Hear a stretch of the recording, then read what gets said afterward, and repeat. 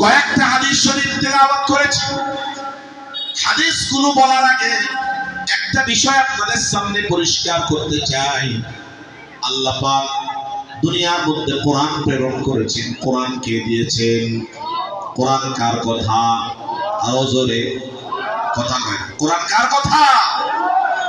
ইন্নাহু লাকুরআনুম মাজিদ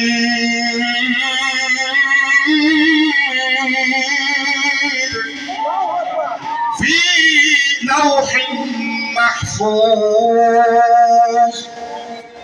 আল্লাহর কথা। আল্লাহ পাক লৌহে মাহফুজ থেকে জিবরিল মারফত পাঠাইছেন। বলেন সুবহানাল্লাহ। আল্লাহর হাবিবের কাছে পাঠাইছেন। আল্লাহ পাক আল্লাহর কথাগুলো সংক্ষিপ্ত। কোরআনের প্রতিটি কথা অসংখ্য অর্থ, অসংখ্য ব্যাখ্যার দাবি রাখে। এই জন্য আল্লাহ পাকের কথাগুলো হলো সুপ্রিম কোর্টের রায়। সুপ্রিম কোর্টের রায় এইটা বোঝার জন্য আমার বই লাগে, আইনজীবীও লাগে, গবেষক লাগে, অ্যাডভোকেট লাগে কিনা বলেন ভাই? আল্লাহর কথাগুলো সুপ্রিম কোর্টের রায় তুল্য। বলেন সুবহানাল্লাহ। এই কথা বলা ঠিক না, বরং সুপ্রিম কোর্টের রায়গুলো কোরআনের কথার মতো। কোরআন যেমন মুজমাল, কোরআনের ব্যাখ্যার দাবি রাখে।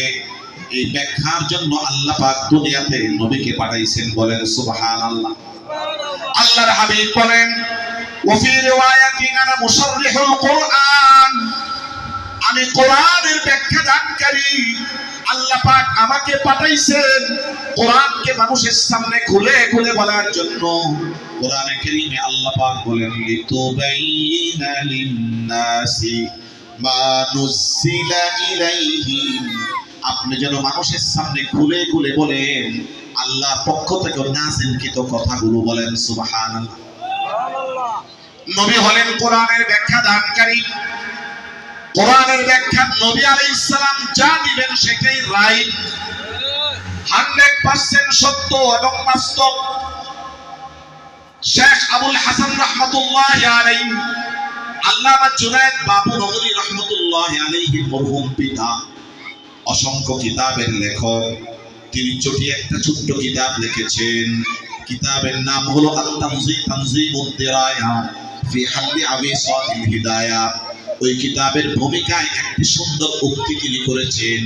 ওই উক্তিটা আমার খুব ভালো লেগেছে।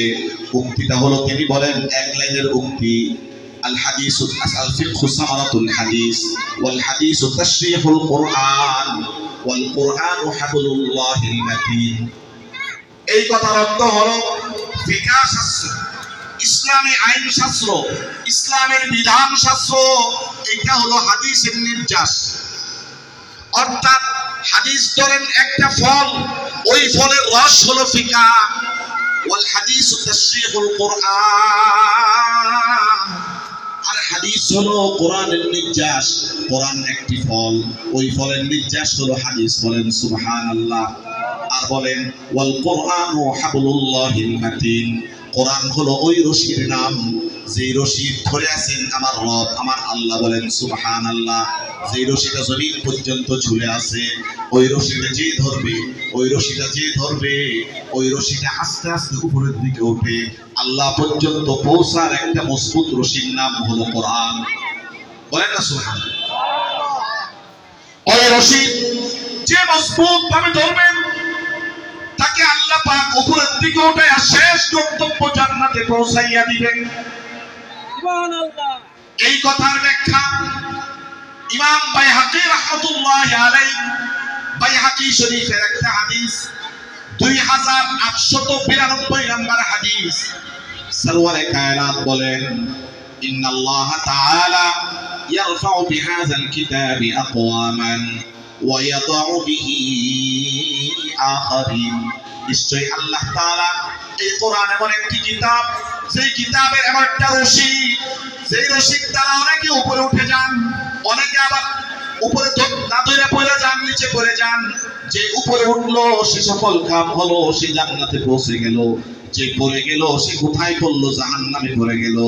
অর্থাৎ এই কোরআনকে যে ধারণ করবে, এই কোরআনকে যে ধারণ করবে সে জান্নাতে যাবে, আর এই কোরআনকে যে পরিত্যাগ করবে তার জন্য জাহান্নাম অবধারিত। বলেন নাউজুবিল্লাহ। তাহলে এই কথা পরিষ্কার হয়ে গেল, হাদিস হলো কোরআনের ব্যাখ্যা। দুনিয়াতে এক শ্রেণীর লোক আছে যারা মুনকিরিনে হাদিস, হাদিসকে অস্বীকার করে, বলে হাদিস আবার কি বলে। এই কথা বললে তার ঈমান থাকবে না, কারণ হাদিসের সাপোর্টে কোরআনের অসংখ্য আয়াত এসেছে। কোরআনের একটি আয়াত, যে আয়াত বলে হাদিস হলো শরীয়ত। আল্লাহ পাক বলেন, মা আতাকুমুর রাসূলু ফাখুযুহু ওয়া মা নাহাকুম আনহু ফান্তাহু।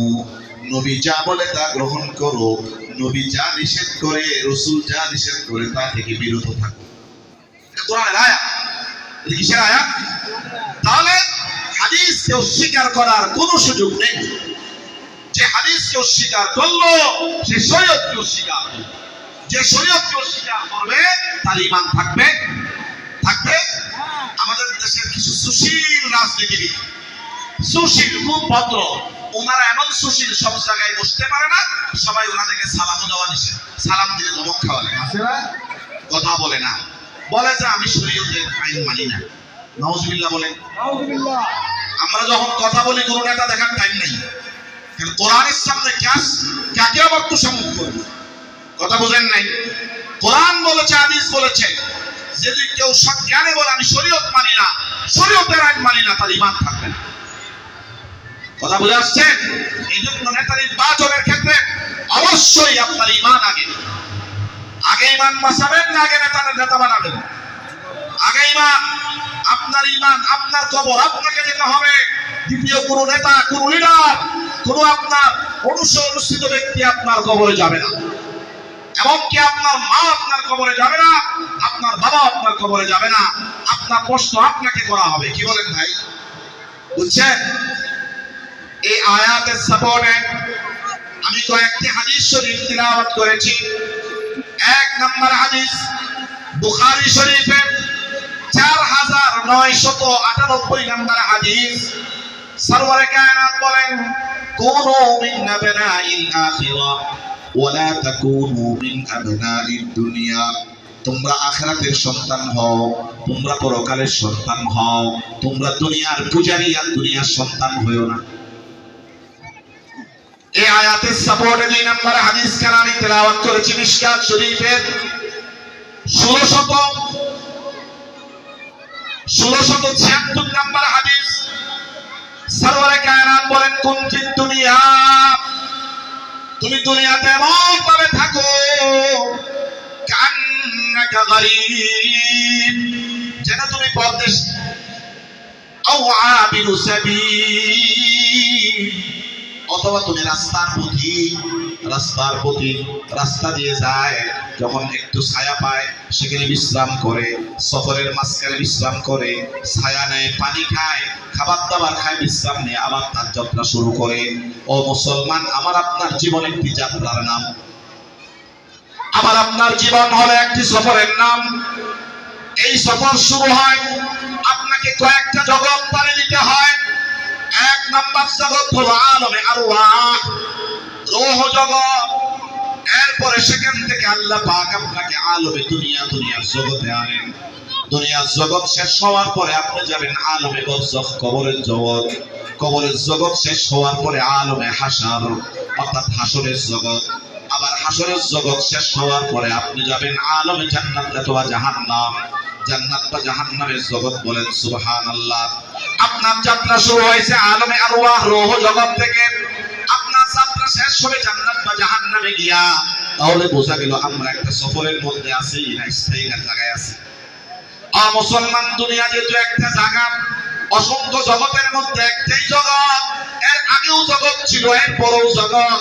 তাহলে বোঝা গেল আমি একজন মুসাফির, আমি একজন মুসাফির, আমি রাস্তার মধ্যে চলতেছি। আল্লাহ রাসূলের হাদিস যথার্থ, কুন ফিদ দুনিয়া কাআন্নাকা গরীবুন, দুনিয়াতে এমন ভাবে থাকো যেন তুমি পরদেশী। অবশ্যই এই দুনিয়ার জীবনে আমরা পরদেশী কিনা? বলেন সুবহানাল্লাহ।